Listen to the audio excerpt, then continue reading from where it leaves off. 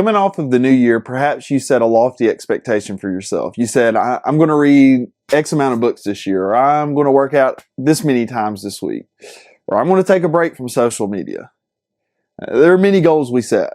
For me, one thing I've tried to do is that when I get home from the office, I try to cut my phone on loud and I set it on the charger in the kitchen. If a call comes in or a text that I feel like I need to answer comes in, I'll pick it up. But for the most part, I try to detach a little bit as soon as I get home. For those of us who are husbands, did you know that we have been called to a lofty goal as well? Something of much more substance than anything the world offers. In Ephesians 5, husbands are called to love their wives like Christ loved the church. Well, what does that entail? We know Christ loved the church so much that he died for the church. He gave his life for the church. He came not to domineer, but to serve the church. The purpose behind this was so that the church could flourish in holiness in its walk with Jesus. That kind of love is what we are called to show our wives. We hear so much pushback in the world when we think of the verses that precede these, where the wife is called to submit to her husband in his leading.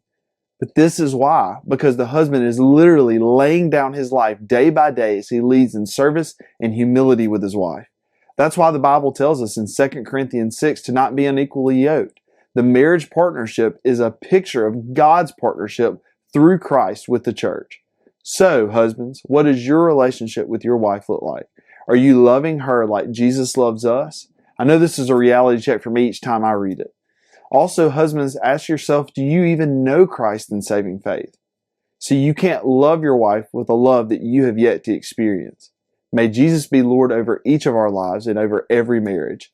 Change begins in you. The Change Begins in You is brought to you in part by Piggly Wiggly of Collinsville, Patrick Allen Companies, Mitchell Tire and Wrecker in Collinsville, and Mowdy Cabinetry.